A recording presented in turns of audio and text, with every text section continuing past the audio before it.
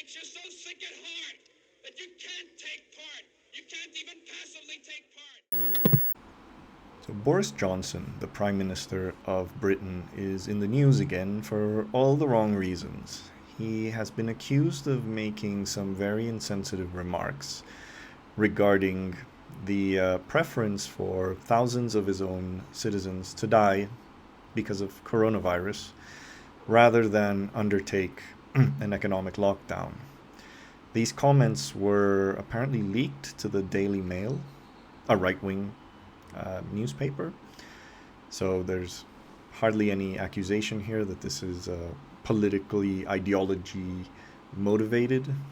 Um, and these comments were made sometime in October before ordering a second lockdown as cases of coronavirus were mounting in Britain at the time. So the full quote is no more fucking lockdowns. Let the bodies pile high in their thousands. That's exactly what he said, according to various sources who were there that day. And this shouldn't really be surprising because Boris Johnson, and I will start with the caveat that I'm not a clinical psychologist to make this assessment, but I think the body of evidence of his behavior pretty much would confirm it. Is Boris Johnson is a sociopath, like a diagnosable sociopath, and you can, his entire professional record leads one to believe that he is on the spectrum of sociopathy to some extent. And one of the characteristics of sociopaths is that they just have no interest whatsoever in the lives of others, except their own. And I think the behavior of Boris Johnson as a leader during the coronavirus pandemic is pretty much evidence that he has always placed the economy ahead of his own people. And, the statistics bear this out. Britain wasted a number of weeks before it enacted its first lockdown back in the first wave. Britain ended up with the worst death rate of any major Western economy at the time.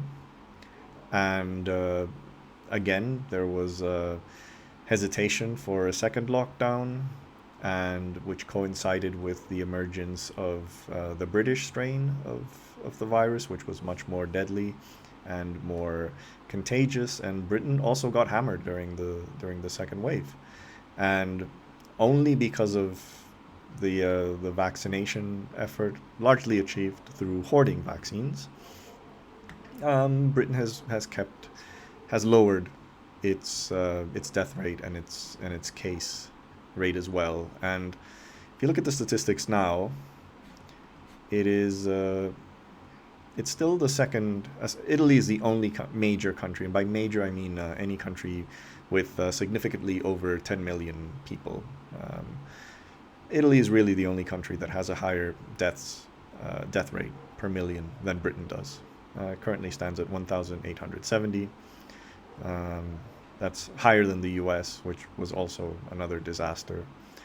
So that is Boris Johnson's handling of the pandemic, which is all the more egregious considering that the UK had various weeks head start in terms of the spread of the virus across Europe, and the fact that obviously the UK, as an island, would be presumably better prepared for a pandemic. So this callousness really is even worse. The fact that Boris Johnson caught COVID back in the first wave, and he was briefly hospitalized. We don't know what the extent of the severity of his symptoms were, but the fact is he was hospitalized, and I think he did require at least some supplementary oxygen at worst. We probably won't know the full details. So from someone who actually suffered from the disease, and at least a moderately serious version of the disease, many people thought that he would grow a heart, but clearly that's asking too much for a man like him. So again, this is a story from the Daily Mail, and I must insist that the Daily Mail is a right-wing site that has largely supported the Conservative Party agenda for the past decade, has supported Brexit. You would think that, in theory, they are largely supportive of the Boris Johnson administration. Having said that, you could be tempted to say that, well, there's really no way to prove this. This wasn't recorded. We only have the evidence from these sources, but they appear to be credible. And this also comes at a time when Boris Johnson is being is in the crosshairs for essentially a giant corruption scandal involving his government. The British press and polity, I would say, prefers euphemisms, and so they call this just a scandal of sleaze. But rest assured that if this was happening in any other country in the world, it would be called a corruption scandal, largely due to the government potentially giving favors to an embattled supply chain financing company known as Greensill, which went bankrupt earlier this year, and who had as its advisor former Prime Minister David Cameron, and who, using his political connections, tried to garner some favors for the company before it went under. Additionally, Boris Johnson has been accused of using public money to refurbish a flat that he owns. So this is an ongoing scandal. We still haven't even reached the full investigation state. There's supposed to be an investigation led by the Boris Johnson government, which sounds very dodgy.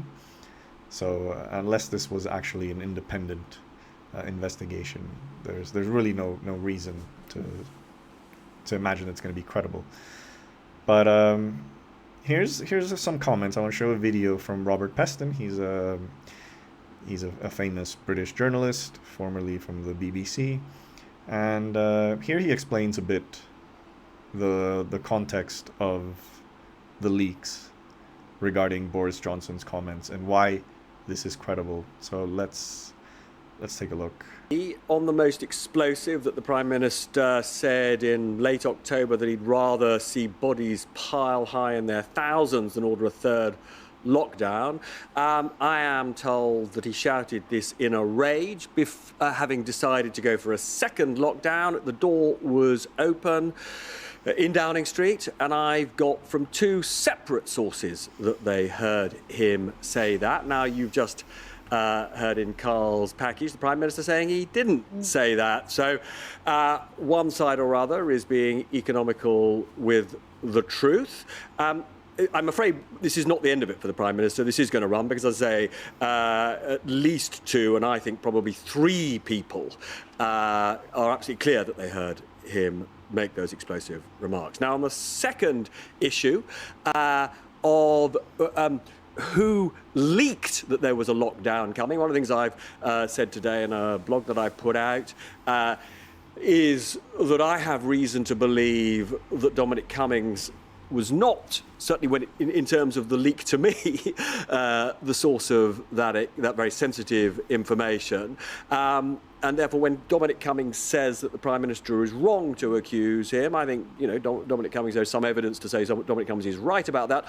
Third, who paid for this very expensive refurbishment of his home? Now, just a few weeks ago, I asked the Prime Minister in one of those press conferences, did donors or third parties hand over the money to the people who were decorating your flat? He refused to answer. He dodged the question. He's now saying, he only said this last week, that the money came out of his own pocket. It doesn't mean that initially donors, in a sense, didn't pay for it, and he's now repaid them. The only way we can get to the bottom of this is a full audit trail. It'd be very interesting to see this afternoon whether the Cabinet Secretary says he is going to launch an inquiry.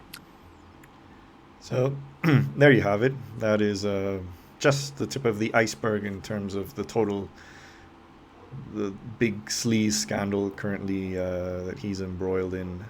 But I want to tie this into what may seem like an unrelated issue, which is football, specifically the infamous European Super League that was recently cancelled due largely to fan outcry.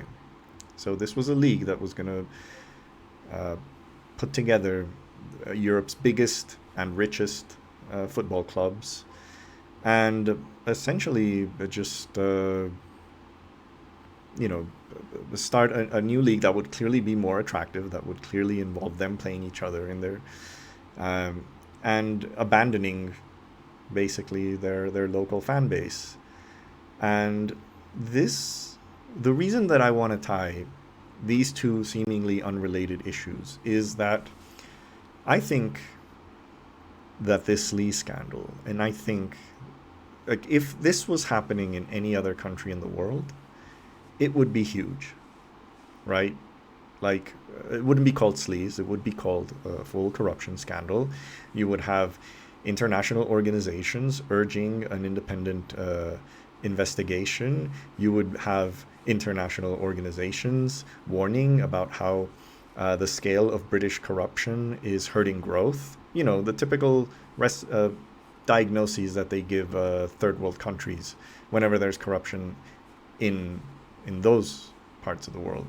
But clearly Britain is immune to this, despite the fact that it is stupendously corrupt. And if you include all this sleaze plus all the other aspects of high-level corruption that you have in Britain, you know, whether it's tax evasion, tax avoidance, etc. Britain is probably one of, if not the most corrupt countries at this high level.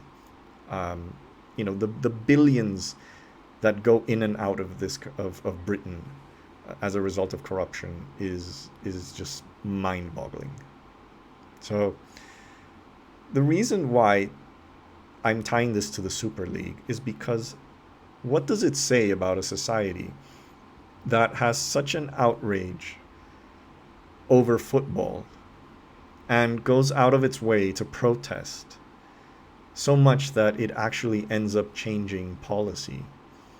And yet it's a country that can't do the same about all the wrong things that its government does.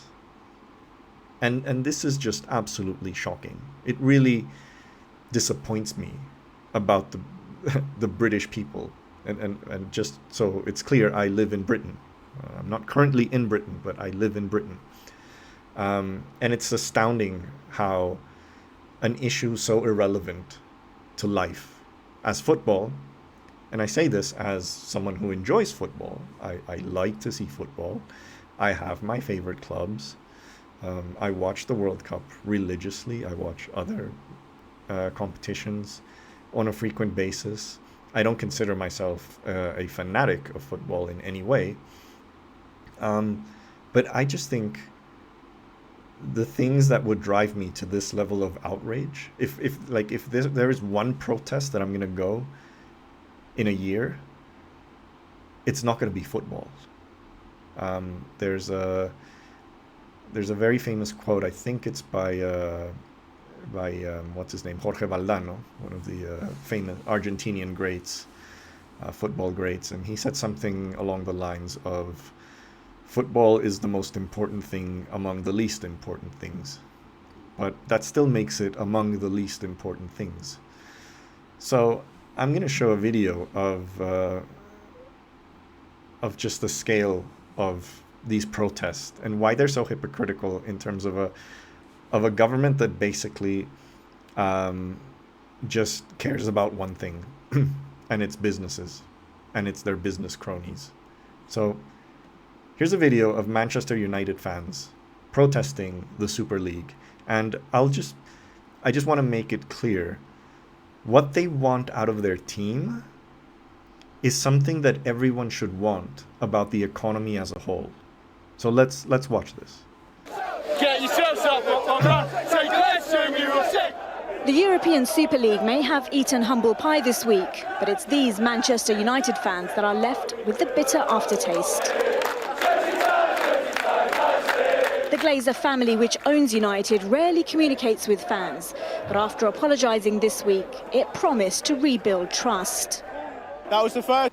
Imagine if these protests were against one of many of Britain's most awful CEOs. The Sir Philip Greens of Britain. The Charles Bransons of Britain. But no, the ones that deserve this rage are football owners. It's crazy.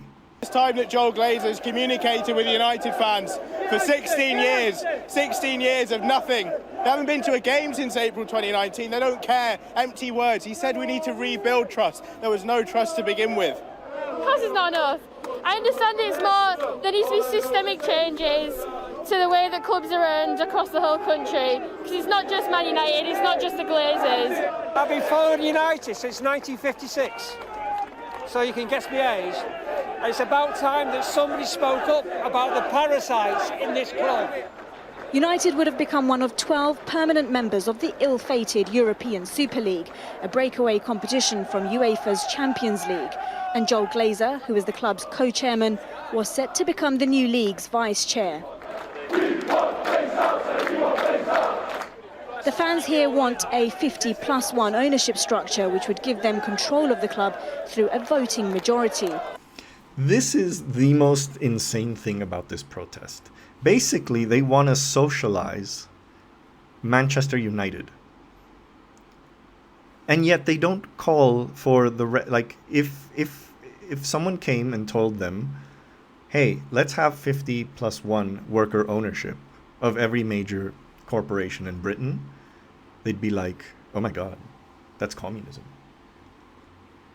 How the hell do they want, like, are they out on the streets protesting for, you know, a fucking voice and vote in a football team and not in a company? That is insane.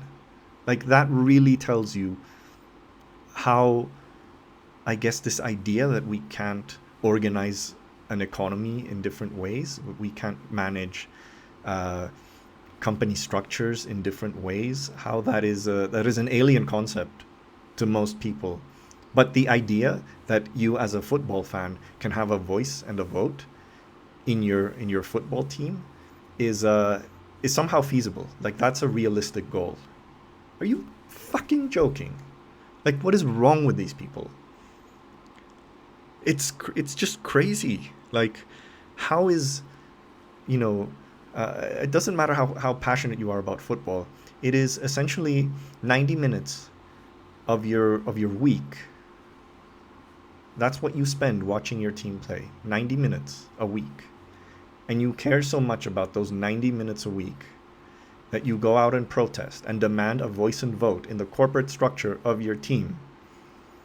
Whereas the company you work in, where you spend probably 8 hours or more a day for 5 days a week, it's fine. You know, that one can be run as a mini dictatorship. That's fine. I don't need a voice and vote in that.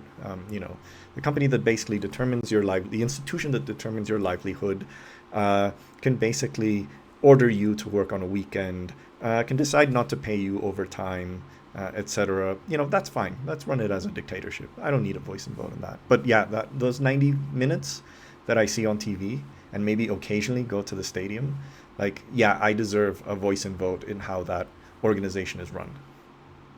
Jesus Christ, it's infuriating to just think of how they're calling for democratic ownership of a football club and not democratic ownership of the companies they work in. That is crazy. That is absolutely crazy. Commercial investors would still be able to make suggestions, but they'd need the fans' backing to get things done. It's a model that has worked for fans of Germany's Bundesliga giants. A man who knows all about the German model is Liverpool manager Jurgen Klopp, who has backed his club's owners. One thing the supporters here seem to be happy about is the investment that the Fenway Sports Group has put into the club, enabling them at one point to buy what was the world's most expensive defender, and just a few months after that, the world's most expensive goalkeeper. So we have examples where clearly this ownership structure works, which is why they're calling for it. We also have examples of worker-owned companies also working. In fact, I'm sure that a lot of these people protesting right there have stepped into a John Lewis department store at any point in their lives. John Lewis is a worker-owned firm. So again, we're not talking about wishy-washy ideals. You know, this is not hippie, communist, tree-hugging, space, crazy ideas. They work. They exist. There are models for this. They can be replicated. If they can be replicated in football, where we have examples of very successful organizations run on this 50+1 model, it seems absurd to me that we also have examples of the economy running this same model, but we don't want that, and we don't go out and protest like that. And I want to show another video. This went viral. This was an Arsenal fan who just has a complete fit of anger and rage on Twitter. And yeah, let's watch this. Jeff, I'm not happy at all. It's a disgrace. An absolute disgrace. Disgusting. Dude, your future is being robbed by the Tory government right now. And I don't see any sort of remote anger that you're expressing with regards to that, because I'm sure that would have gone viral. But here you are, this emotionally disturbed over a football team. Every single member, every single club involved in agreeing this Super League. Despicable. You should be put in jail. Honestly, all these owners, they know nothing about football in this country. So explain to me why you need to go to jail over football. Like, unless you made an actual fraud, which would be, you know, a standard financial business fraud. And yes, you should go to jail for that.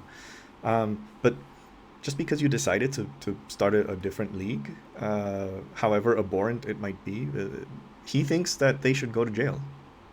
Does he think that Boris Johnson should go to jail for the comments that he just made, that he doesn't mind thousands of people, of bodies piled up? Shouldn't that be more worthy of a fit of rage in your car? Shouldn't that not call for politicians to go to jail for the SLE scandal that robs people, that robs taxpayers of their money that could go to other more socially useful ends? No, that doesn't deserve a mental breakdown. Your fucking football team does. Hundreds of years of derbies, battles, big games, laughing, losing to bottom of the league when you're top of the league. All that banter will be gone. Be gone. They know nothing about football. Super League, you got billions. You got billions as it is, and you just want more. Yeah, guess what? Every other billionaire in Britain also already has billions, and they want more. And that's why they lobby government to roll back welfare, privatize healthcare, and do all the things that rob working people, which I assume you're a part of, because I don't think that he's rich. So where's the rage about that? Where's the and anyone saying that that he's just a kid and he maybe doesn't know about politics or economics to be this angry? He's clearly expressing like some knowledge of sort of the business behind football. So I think he's mature enough to know about like at least a minimum basic knowledge about how politics works. You can't help yourself, can you? I'm an Arsenal fan. We're talking about Super League. We can't even win the league in this country, let alone get in the Champions League. Couldn't even beat Fulham last week. It's a disgrace. It really is. Everyone involved, you should be banned from football for years. Football is nothing without the fans. Yeah, and the economy is nothing without workers. This should be the outrage, not football. Not these 90 minutes of joy you have every week. Or if you're an Arsenal fan, 90 minutes of probably frustration. Sorry, that's a fact. Nothing. These clubs forget that. Working class people like me and you, we pay money week in, week out to either go to the games when we're allowed to or watch it on the TV. They don't care about us, we're a statistic. Yeah, workers are also statistics. That's why they don't care about you. Because workers fail to organize, fail to, working class people strongly voted conservative during the last election, despite the fact that this is a party that stands against pretty much every single interest of the working class. So I think we'll leave it at this. I don't see why his outrage deserves any more attention. But that's basically it. That is my issue with Britain and British society. That you go all this way to protest over football, and this is the good thing, you achieve your objective. See, that's what happens when outrage is channeled, when you go out and protest. It works, not always, but it definitely works more than doing fuck all. So it would be great, and I think Britain would be a much better society, a much prosperous society, if it did what a lot of other countries do. When governments enact things that go against working people's interests, French people go out on the street for days on end, for weeks on end, for years on end. And they manage to achieve things. But British people don't. They do it for fucking football. And so, as a society, there is a degree of agency that you have to change your future and your lot in life. And I honestly don't think that British people are doing nearly as much as they can. Because if they did, they'd be just like this guy and just like these people protesting in Manchester. They'd be out on the street. They'd be sticking it up to this absolutely awful government that doesn't care about their lives. That they would have been happy to have this kid, well, at his age, he's probably not risk of dying from COVID, but perhaps his parents or his grandparents be in this pile of thousands of dead that Boris Johnson would have been happy to have. On that note, if you like this video, please like and please subscribe. This is a new channel. There'll be many more videos like this. Perhaps less passionate, perhaps more passionate. But yes, please support the channel if you enjoyed this. Thank you.